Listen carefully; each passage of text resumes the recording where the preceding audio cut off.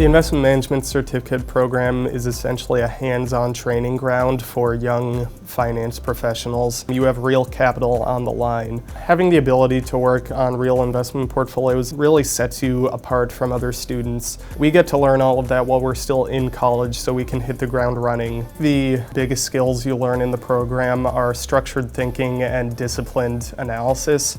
You'll learn how to really think about the risks involved in investing in any sort of a business.